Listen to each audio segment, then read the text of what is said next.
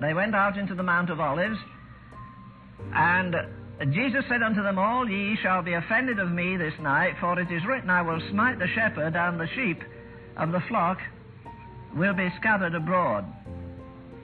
But after I am risen again, I will go before you into Galilee. Peter again, always got an answer. Peter said, Though all men forsake thee, I will not do it. Verse 35, Peter said unto him, Though I should die with thee, yet I will not deny thee. Verse 37, he took with him Peter and the two sons of Zebedee, and began to be sorrowful and very heavy.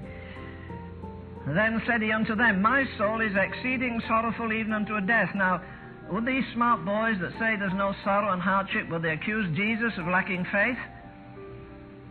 If everything comes in answer to faith, he says he could do nothing in one city because of their unbelief. Now, why didn't Jesus overmaster their unbelief with his faith? You can think about that for a while after. Then said he unto them, My soul, verse 38, is exceeding sorrowful even unto death. Tarry ye here and watch with me.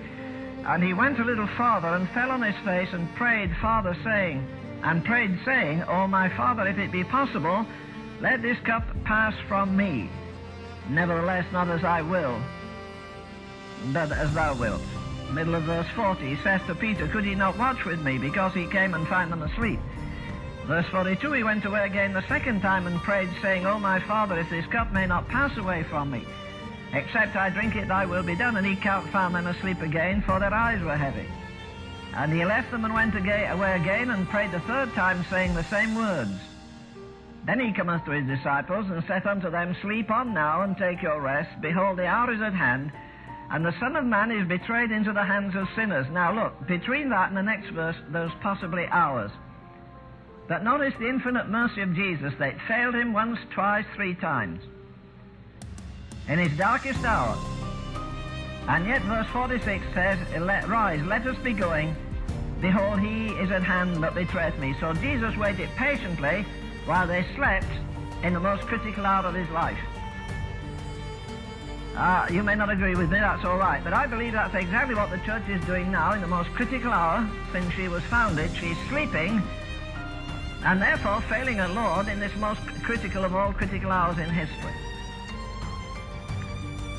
These are the very men who one day came to Jesus, and as I've said, and not facetiously, they didn't say, Lord, teach us to sing.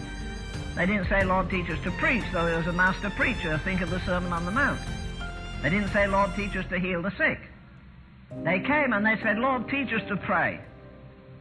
In other words, we've heard John that they were kind of suggesting John doesn't touch the heights that you touch. Now, it's amazing there is no record in the Scripture of Jesus ever praying with his disciples. He prayed for them, but I don't know that he prayed with them. It's like Dr. Tozer going to church. When he went to church to the prayer meeting, nobody dared pray because they were afraid it would look so bad. And then he would pray, and after he prayed, nobody dared pray. Because he prayed not just with a vocabulary that was more expressive, but he prayed in a dimension, in a depth, in a height that left everybody floundering. Waters to the ankles. We're only just in this business. And I think this is the most awesome thing ever that Jesus did, apart from the cross.